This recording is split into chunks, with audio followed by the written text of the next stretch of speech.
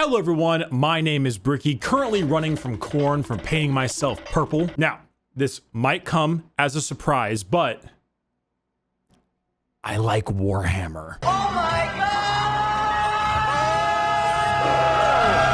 I know, shocking, insane, ridiculous, crazy, one might say. But I can't help it. Something about a galaxy filled with depression and war just makes me so happy and giddy on the inside. However, I don't really know a whole lot about Warhammer Fantasy. My main source of information comes from 40K, and I know fantasy's kind of around, and some things have a little bit of overlap, such as, well, mainly just the demons, but overlap regardless. For a while, it didn't really interest me much. I'm not really a fantasy kind of guy, you know. Skyrim, New Vegas though, beautiful. But, you know, the Total War games are pretty darn popular, and they've always had a huge following. So I thought, wait, Total War Warhammer 3 is coming out. Perhaps this is the time when I finally delve into fantasy. You would think I would actually be really big in the Total War series, because I like my strategy games. I like my RTSs, like my Command & Conquers. I love my 4X games, like, well, it's mainly just Endless Space, but I love Endless Space. So this hybrid, this grand strategy game seemed really interesting, especially in the Warhammer universe, but I never played a Total War game before. I just never did. But you know, Warhammer, new game, Adeptus Ridiculous is kind of popping off. Maybe it's about time I check it out. The question was just, when? Yo, I'm based, I'm cringe, I'm pugger just like Singed from Arcane. This game is really stupidly insane. Hello? Uh-huh. Right now? Yeah, I can do that. This video is sponsored by Total War Warhammer 3. Total War Warhammer 3 is the third installment in the Total War Warhammer franchise, a slew of very popular grand strategy games. The third installment allows you to play as 8 separate factions, all with their own stories and their own special campaigns and skirmishes. It has improved co-op features with up to 8 players taking synchronous turns, and a well-improved and just really darn good prologue that we'll talk about really soon to really help you get into the Total War Warhammer series. And not only is it available on Steam, but it is also available on the Xbox's PC version of the Game Pass. So yeah, I got sponsored. They reached out to me. Let's fucking go, dude. I'm really excited. Of course, naturally, my opinions will not change on the game. I will give you an honest opinion, but hey, I should also state something very important. This is not a full review. About maybe 15 minutes in the game, I realized I wasn't gonna be able to do a full review. There is a lot. Oh my God. I can barely do a review on a singular faction. This is much more initial impressions, first impressions, and hey, what's it like playing a Total War Warhammer game for someone who, well, you know, never did. A consistent stream of consciousness, Bricky consciousness, which is a violent thing. So let's begin, and we're gonna be talking about this probably quite a lot. Prologue. Uh-oh, SpaghettiOs! So it's a little rare to have a strategy game that has a really solid tutorial. Normally there's just things you kind of feel your way through with a lot of time, and while there are some tutorials that are better than others, overall it's a lot of just doing a mission and then a ton of hand holding with it, kind of pointing to stuff whenever it was time to use them. This is probably the best prologue I've played in a strategy game, just flat out the best. It's a long prologue to begin with. It is a multiple hour prologue, but not only does it really show you how to do all of the various kinds of aspects of Total War, both the overworld kind of 4X style and the actual battles RTS style, but it actually serves as the main catalyst for the entire story of the game. You play as Yuri Barkov of the Kislev army faction thing, which is kind of like a amalgamous group of a bunch of Slavic countries all just kind of mashed into one. The Kislev have a god, and it's a bear god named Ursun, and Ursun would always do this big old roar and get rid of the winter, and he hasn't done that for quite a while now, so people are starving and dying and their god is silent, and that's not good. However, the main character Yuri has heard from good old Urson, and Urson is in trouble. And so you need to venture out to go save your bear god. And that's the overall prologue. Your main enemy is the forces of chaos, all the forces of chaos, Nurgle, Tzeentch, Khorne, and Slaanesh. And overall, they kind of seem like they make up the major factions of this game. Chaos is a huge part of the game, whether for or against. And so setting them up as both the main villain and how they corrupt the younger mortals and stuff is a pretty good start for the prologue. And it teaches you all the various gameplay aspects of it. I was kind of interested to see that the 4X style of it it's like each RTS is contained in the separate areas, where if I was going to cities and civilization or planets and endless space, here we have like fortresses, and in those fortresses you can build them out. You can give them more upgrades for more income or more growth, which allows them to upgrade even more and produce more income, or perhaps training areas for higher troops or better troops, upgrades, etc. And these are all contained. You also have heroes, so there's a little bit of like character customization in there as well. Your hero, let's say Yuri for example, has different gear you can put on him to make him better, either in the 4X campaign map or in the actual fighting itself.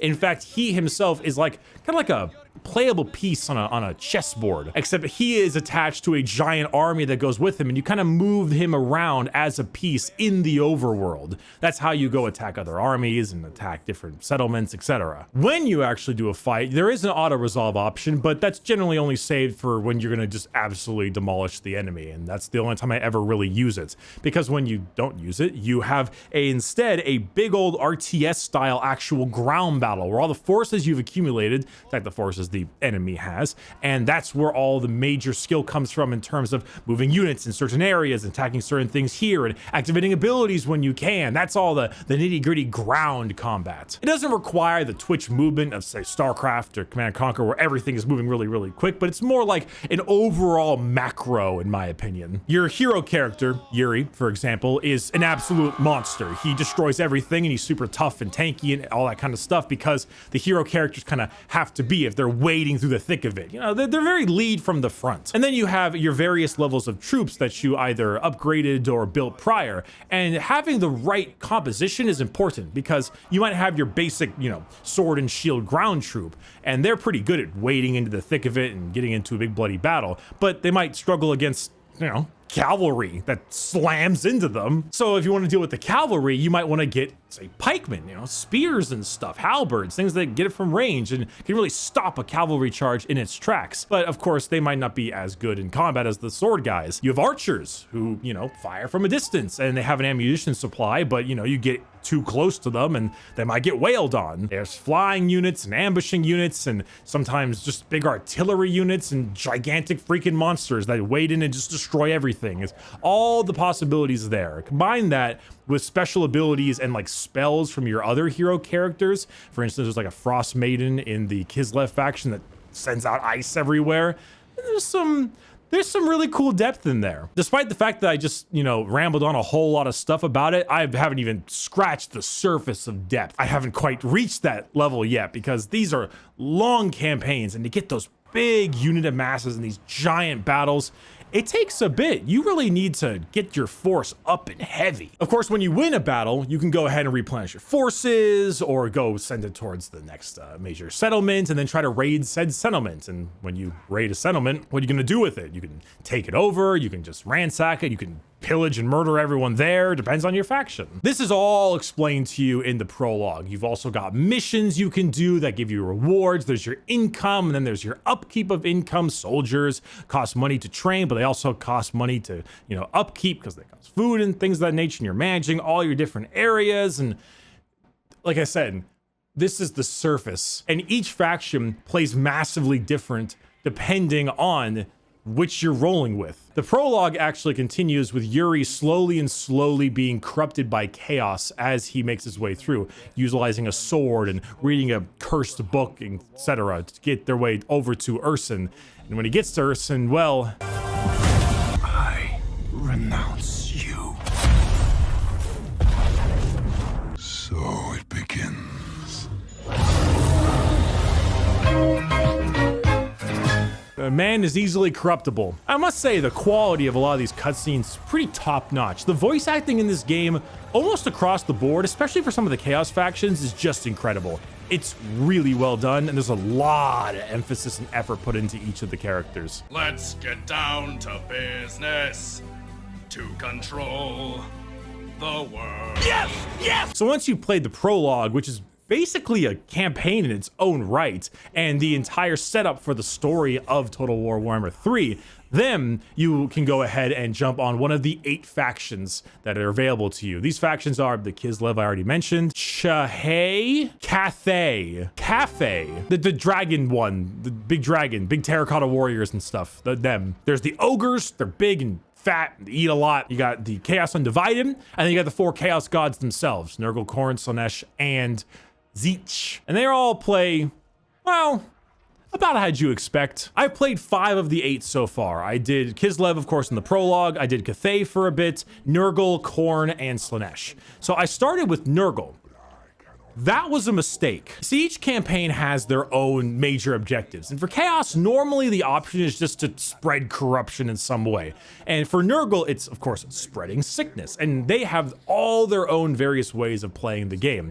The main character, I love him. I love him so much. This Nurgle guy, he just grabs stuff from his stomach and throws them at you. And he's got this, like, giant Nurgle, like, mobility scooter looking thing. I love it. But, you know, Nurgle as a faction, they play a lot like Nurgle, you know? When you collect any kind of major fortress, it goes through this big cycle of life, death, and rebirth instead of a normal buildup. And then you have these insane plagues to spread your sickness around the area. You can create new plagues and mix and match disease and symptoms and how it's spread. And all your army is pretty slow and not super strong, but the tanky is all hell because you're Nurgle. And I lost my mind. It was too much. I had information overload to the max. The cycle of rebirth with the different kinds of structures and making all the different kinds of corruptions and plagues, and then the Chaos Gods themselves with their own afflictions and the way the army construction, and it was a lot. It was a lot, but it was kind of cool because the mobility scooter guy. So I took a break from Nurgle for a bit and I tried out the Cathay group. The Cafe group. Theirs is interesting. They've got a definitely not Great Wall of China that is being assaulted by many forces of chaos. Oh crap, I forgot about the whole storyline point. Damn it. All right, side note. What's the story, Wishbone? The whole point of the story is this old ass man got this book, and the book is pretty mean to him. And so he's going and trying to get 1 drop of the Bear God's blood to free him from the book. So he's trying to find the most powerful ally to take the god and, you know, do whatever they want with it. So, you know, you go to Kislev, and they obviously want, you know, Urson back for obvious reasons.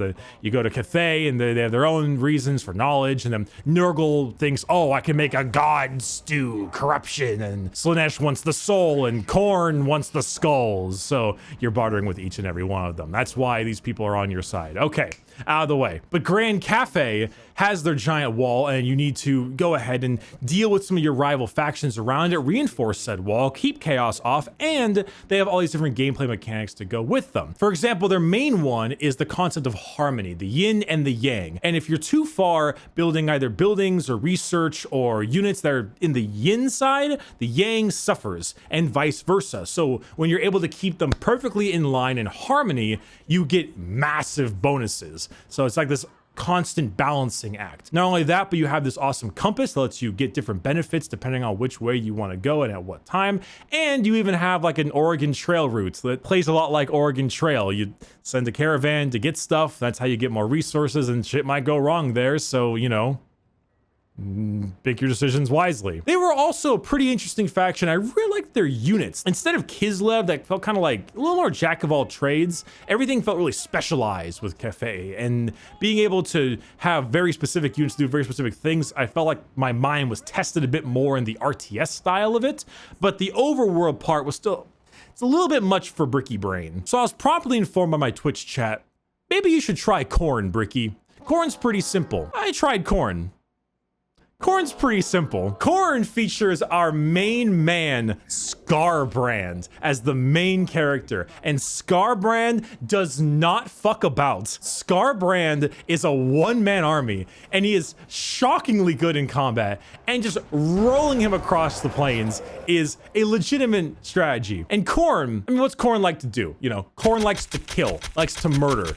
Guess what you're doing in Khorne? You're doing combat. You're doing almost nothing but combat. You are killing everyone you see. You immediately wage war against every other faction, and you just go ham on them. And then, what else does Khorne love? Skulls.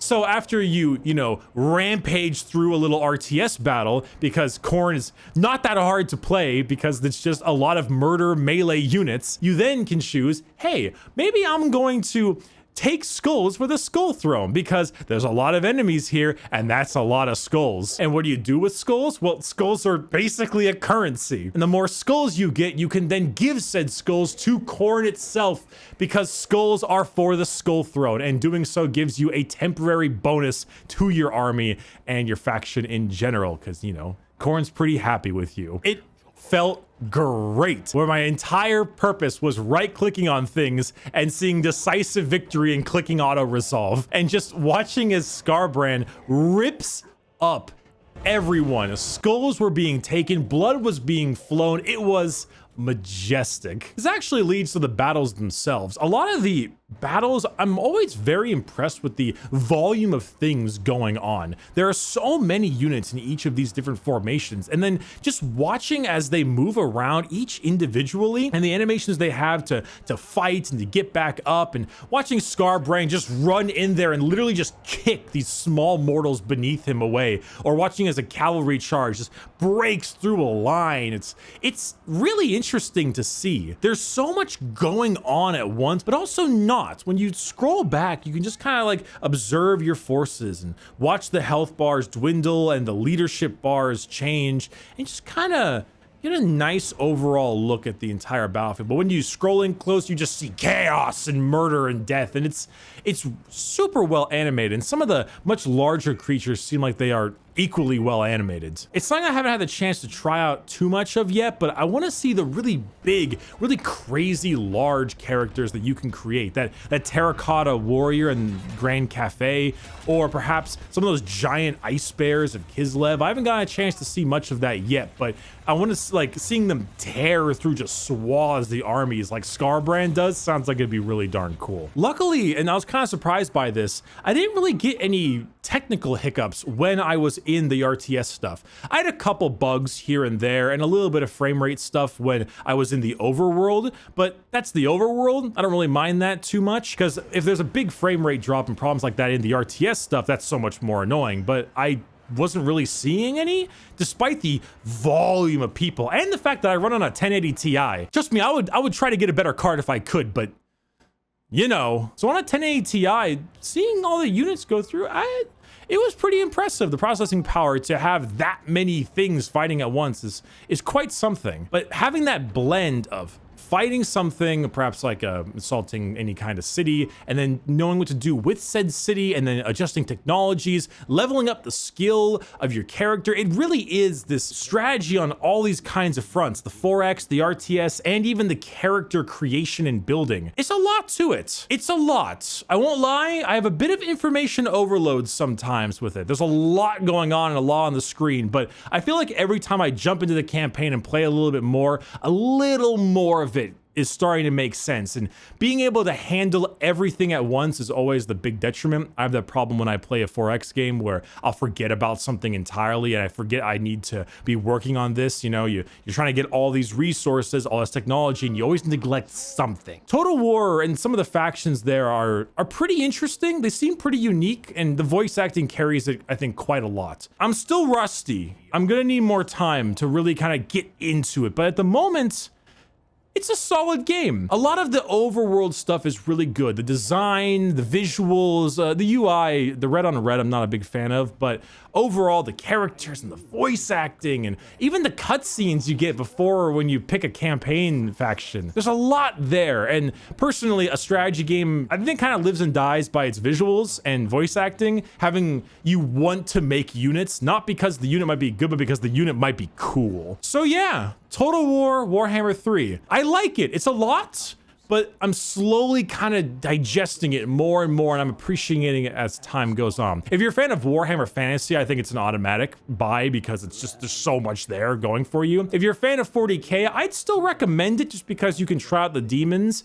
and that might slowly push you into the other factions and maybe get you more into it. I'm not fully there yet, but playing the demons, I feel like is a great part for, you know, stepping your toe into it, because 40K or fantasy, you know how Nurgle works. I think it's pretty solid. I think if you like the grand strategy genre, it is absolutely worth picking up. And like I said before, not only is it available on Steam, it's also available on the Xbox PC Game Pass system as well. You can go ahead and check out the instructions on how to get it on screen, and I will leave the same instructions in the description as well as a link for you to pick it up for yourself. Like I said, this video was sponsored, but my opinions are of my own. That being said, pretty good timing for the sponsorship. And with that, thank you for watching this first impressions video. I know it's a little more bare bones, but that, like I said, it would take me tens to hundreds of hours to truly fully delve into this kind of game. And then honestly, I mean, that's what you got Mandalore for, so, you know, go to town. Let me go ahead and answer a couple of quick questions here. Will you ever cut the jar wars short to force reasonable financial spending? The jar wars are a situation where my plushie on stream, I have a giant jar to put them in, and people spend money to put them in the jar and out the jar. And honestly, it's the stupidest thing anyone's ever spent their money on, but I'm the one benefiting from it, so no. Brick, did you own or have you ever considered owning a dick? Nah. Are women real? Come on. Obviously, you're a skater.